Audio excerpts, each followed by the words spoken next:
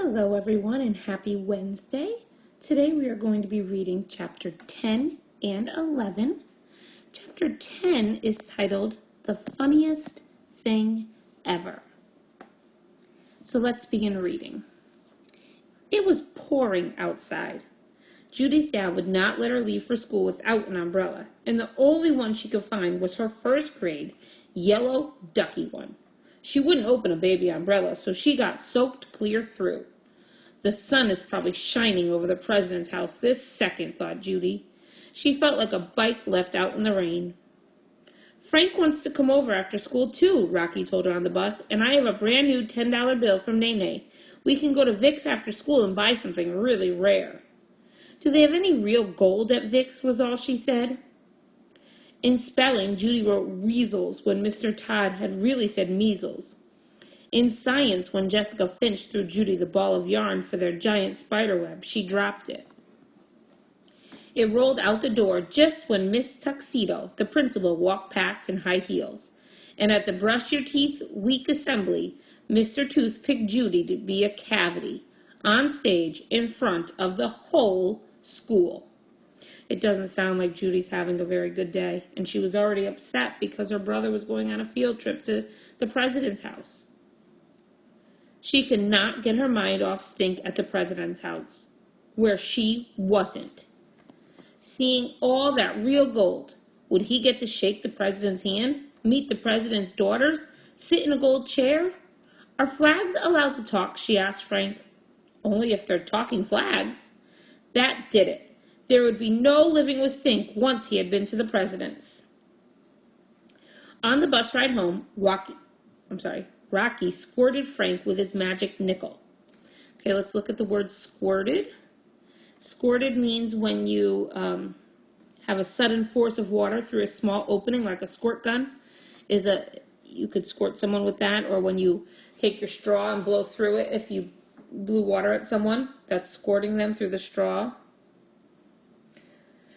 Frank with his magic nickel. Frank snorted, wiping the drips on his sleeve. Judy pretended it was funny. Really, she was thinking, Stink could be petting the president's puppy right now, this very instant. When Rocky said, I can't wait to go to Vic's, Judy just grunted. The three of them half ran through leftover puddles all the way to Vic's. Rocky didn't even stop to cross through China and Japan the right way. What's the big hurry, she asked. I need something, said Rocky, but there's only one left, and I want to make sure I get it, he said.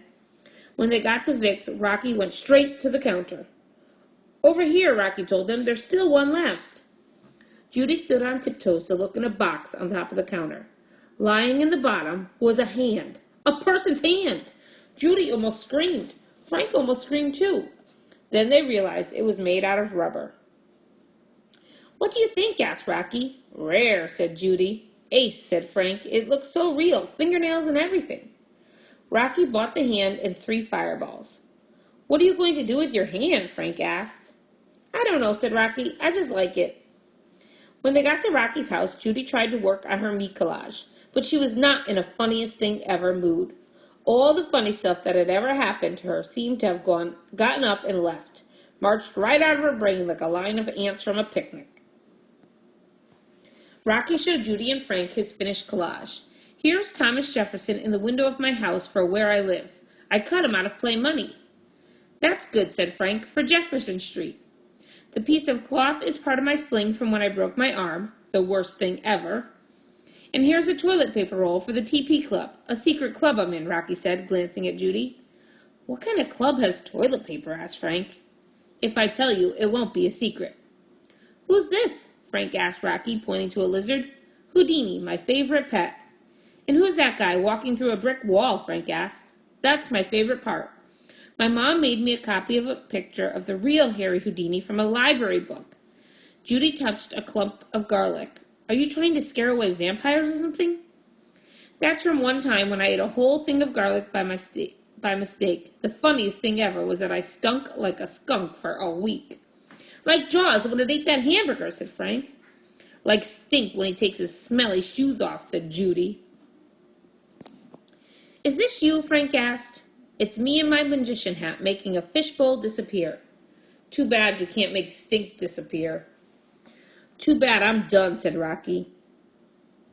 It would have been really funny to put the rubber hand on my collage.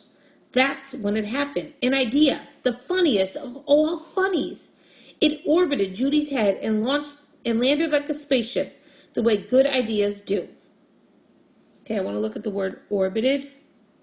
Orbited means when it goes around and around. So orbit is used for space turns a lot because you could go a rocket ship could go around and orbit around the Earth. Orbit means when you go around and around. Rocky, you're a genius. Let's go to my house, Judy said, and bring the hand. You're not a genius, said Rocky. Nobody's home at your house. We could get into all kinds of trouble. Exactly, said Judy. Come on, there's a key hidden in the gutter pipe. Okay, gutter's another word I want to look at.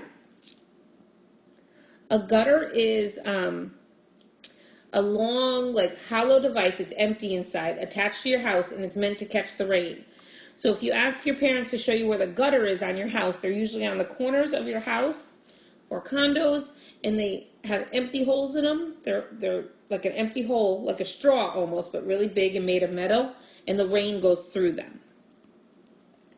Did you forget something? Asked Frank. Yes, Judy said. I forgot to play a trick on Stink. Once inside, Judy raced around her house looking for the perfect spot to leave the hand, a place where Stink would be sure to find it right away. The couch, Tody's aquarium, the refrigerator under his pillow, the bathroom. Where? Here? How about here? Or here? Maybe here. I've got it. Perfect. In the downstairs bathroom, Judy lifted up the toilet seat just a crack and perched the hand there, its fingernails hanging over the edge. It looks real, said Rocky. And here's another word, perched. Perched means to sit on or be on something high where it could be easy to fall. So you might perch something on the ledge of a windowsill, and it might easily fall down from there. This will scare the president right out of him, said Judy, for sure. Back at Rocky's, Judy, Frank, and Rocky knelt on Rocky's bed looking out the window. Every time a car zoomed by on Jefferson Street, they yelled, "It's them!" Finally, Judy saw a blue van, for real. "Run!" she yelled. "They're pulling into the driveway." Stink was so excited, telling Judy, Rocky, and Frank all about the president's house, that Hawaii and Alaska fell off his hat. Why doesn't he go to the bathroom, thought Judy. There's a movie theater, I swear, inside the president's house, and a room with a secret door, no lie. Even a clock that tells you when it's time to take a bath, said Stink. Rare, said Judy. You need one of those. Go into the bathroom, Stink, she wished silently. As if he had heard, Stink stopped his story. Balancing his hat on his head, he walked into the bathroom and shut the door behind him. The lock clicked. Mom and Dad asked Judy about the Mr. Tooth assembly, but her ears were turned to the bathroom. "Ah!" screamed Stink. He burst out of the bathroom, hat crashing to the floor, stars flying. "Hey, Dad, Mom, there's somebody in the toilet!" Judy Moody, Rocky, and Frank Pearl fell on the floor laughing. And you can see Stink. Here's a picture of him running out of the bathroom, and there's the hand coming out of the toilet.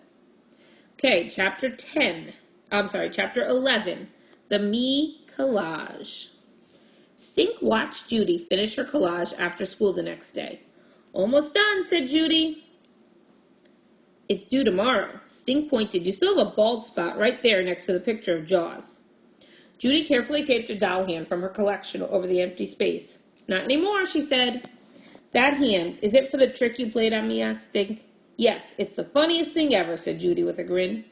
"You mean you're going to tell your whole class I thought there was somebody in our toilet? Stink, I'm making you famous." "Couldn't you change my name or something?" asked Stink. "Or something," said Judy. When Judy got up the next morning, it was pouring rain again. Something told her to get ready for a bad mood Friday. "Let's put your meat collage in a garbage bag so it won't get wet," Dad suggested when he brought it downstairs. "Dad, I'm not carrying my meat collage in a garbage bag." "Why not?" "Did Van Gogh put his Starry Night in a garbage bag?" She's got a point there," said Mom. "Garbage bags probably hadn't been invented yet," said Dad. "If Van Gogh had garbage bags, believe me, he would have been smart enough to use them." Honey, why don't you take the bus and Dad will bring your collage to school after he takes Stink to the dentist, Mom said. Stink's taking Toady to school today, so Dad has to drop him off anyway. I want to take my collage to school myself. That way I can make sure nothing will happen to it. What could happen to it? Asked Mom. There could be a tornado, said Stink, and the wind could make you drop it and it could get run over by a bus. Hardy har har, said Judy. You do have a lot of other stuff to carry, said her dad. Judy had her lunch, her dad's lab coat so she could dress like a doctor for her talk. Had to get better, her doctor kit, and plenty of Band-Aids. Okay, she said, but don't squish anything and don't get it wet, and it has to be there by 11 o'clock, and don't let Stink do anything. She gave her brother her best troll-eye stares. We'll be careful, said Dad. Judy rode the bus with Rocky, who practiced his squirting nickel magic trick on her for the 100th time. Okay, it works, Judy told him, wiping drips from her face. Rocky cracked up. All morning, Judy imagined things happening to her collage. What if it fell into a puddle when her father opened the car door?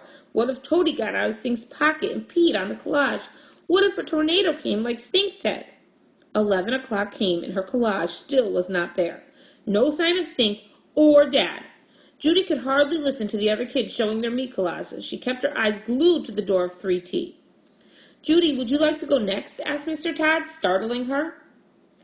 I'd like to go last, said Judy. Frank? I'd like to go last too, said Frank after Judy. Judy looked at Frank's desk. Where's your meat collage? She asked him. I didn't bring it. I'm not finished. I still don't have a club, Frank whispered. Where's yours? My brother's supposed to bring it, said Judy.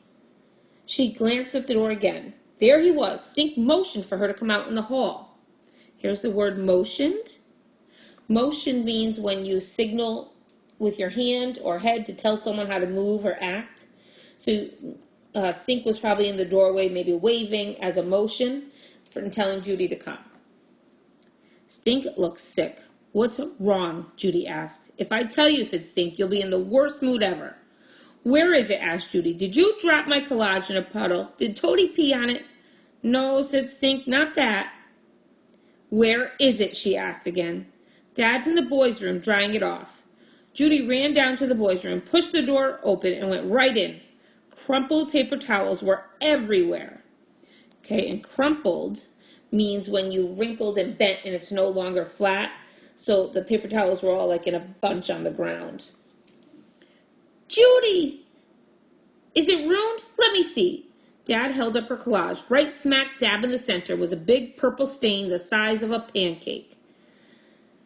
Not a silver dollar one either. A giant, jaggedy triangle, a grape-colored lake floating in the middle of her collage. What happened? What happened? Judy yelled.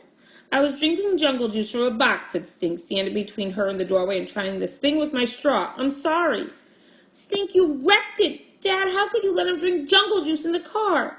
Look, it's not that bad, he said. It's almost looks like it's supposed to be there. I'll speak with Mr. Todd. Maybe he'll let you have the weekend and we can fix it. Cover it up somehow. Maybe we can erase it, said Stink with a giant eraser. Let me see. Judy held up the collage, looking it over. Even with the purple stain, she could still see the rainforest with Dr. Judy Moody in the very middle, and none of the Band-Aids had come off. Never mind, said Judy. Never mind, asked Dad. It's okay, she said. At least he didn't get run over by a bus or in a tornado. It's okay, asked Stink. You mean you're not going to put a rubber foot on my bed or anything? No, said Judy. She grinned at her brother. But that is a good idea. Look, honey, I know you work forever on this. We'll make it up to you somehow. I know what to do, Stink. Let me have your black marker. They all went out into the hall, and Stink dug a marker out of his backpack. Judy set the collage on the floor and drew a black outline around the big purple triangle. Are you cuckoo? Asked Stink. That's just going to make it stand out more. That's what I want, said Judy. Then it will look like it was supposed to be there all the time. I'm very proud of you, Judy, said Dad. The way you took an accident like this and turned it into something good. What's it supposed to be? Stink asked. Virginia, she said. The state of Pocahontas and Thomas Jefferson. The place where I live. Okay, this was quite a long chapter, or 2 chapters. So you are going to go answer some questions on both chapters and our vocabulary words, which were squinted, orbited, gutter, perched, motioned, and crumbled. And tomorrow we will most likely be finishing this book. Have a good day.